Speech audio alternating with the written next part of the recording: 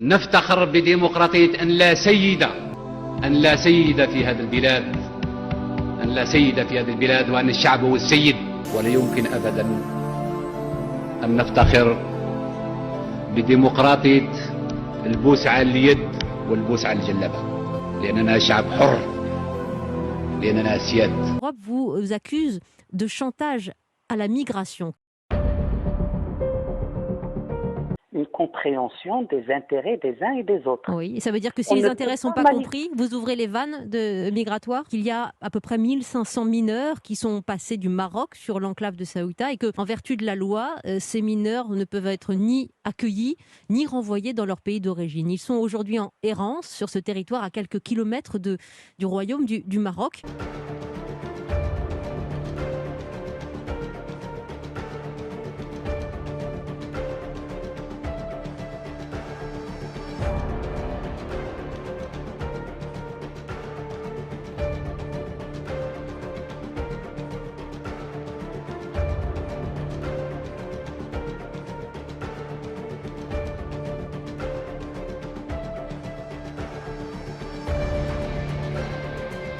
De son côté, Madrid accuse Rabat d'agression et de chantage. Le Maroc ne veut plus vendre son poisson à Ceuta. Alors ce n'est pas une première, mais c'est aujourd'hui un pas de plus dans la guerre des nerfs qui se joue à cette frontière. Car Ceuta, eh bien, c'est une petite enclave espagnole au nord du pays et depuis 5 mois, le Maroc fait pression.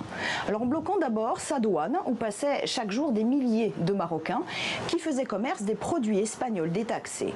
Rabat dit officiellement lutter contre ce qu'il considère comme de la contrebande et depuis 10 jours, le Maroc gêne donc l'exportation habituelle de son poisson qui représenterait jusqu'à 3 tonnes par jour.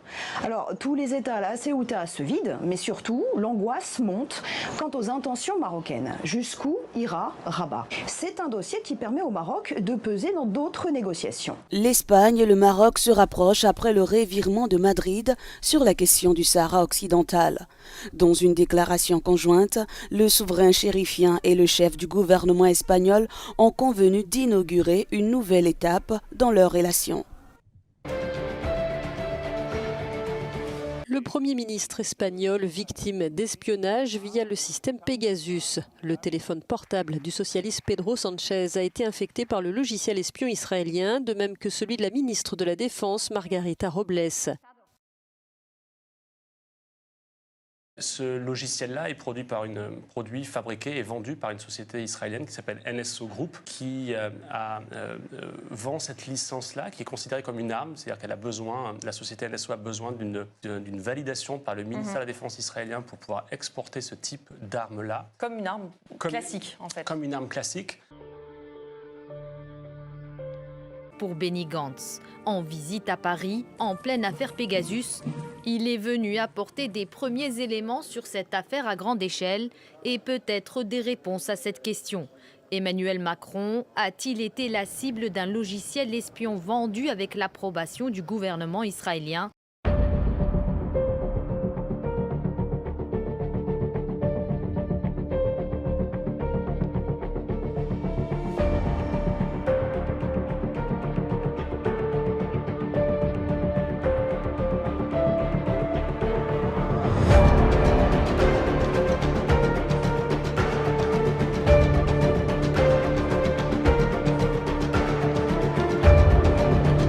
Ce logiciel-là est produit fabriqué et vendu par une société israélienne qui s'appelle NSO Group, qui vend cette licence-là, qui est considérée comme une arme, c'est-à-dire la société NSO a besoin d'une validation par le ministère de la Défense israélien pour pouvoir exporter ce type d'arme-là. Comme une arme classique, en fait. Comme une arme classique.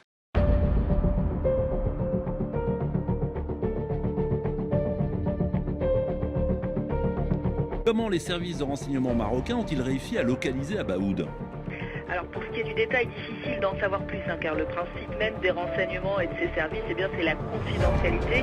En tout cas, ce que l'on sait, c'est que, et ça m'a été confirmé ici au Maroc par une source sécuritaire, c'est que des informations en provenance de Rabat ont permis d'éviter d'autres attentats prévus sur le sol français. Le Maroc, via ses services, a aussi permis l'identification de Hasna Haït Boulhassen, la cousine de Abdelhamid Abaoud, mais aussi celle des frères Salah et Brahim Abdeslam ou encore Bilal Hafsi. Le Maroc après les attentats qui ont été commis à Paris, Bataclan, dans les 5 sites, le Maroc a communiqué qu'il s'agit de la filière belge de Molenbeek.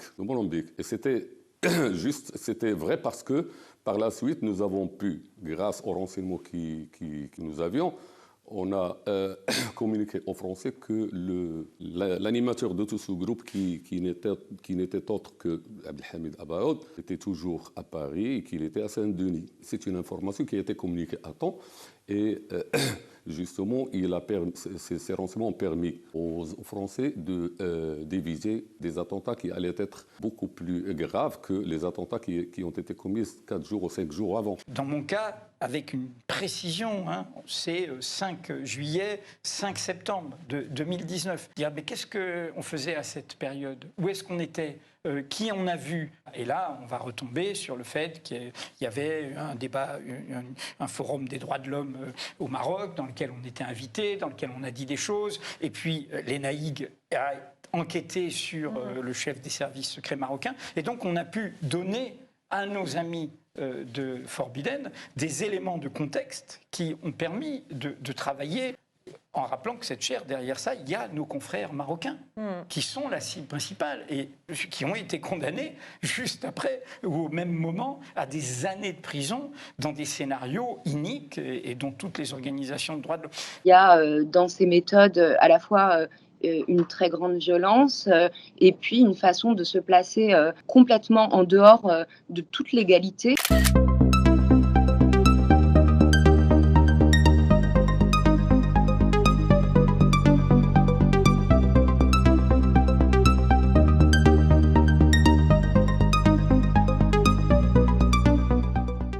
J'avais déjà de fortes suspicions auparavant, puisque lorsque j'ai conduit avec ma consoeur Rachida El Azouzi de Mediapart l'enquête sur l'affaire Omar Radi, il y a eu plusieurs incidents, notamment l'intrusion de personnes non invitées dans des visioconférences où nous étions en lien avec des sources marocaines. La NSO a la chance, l'habileté, ou la force, ou les trois, d'être l'entreprise privée israélienne la plus étroitement liée au pouvoir politique israélien et à l'armée israélienne.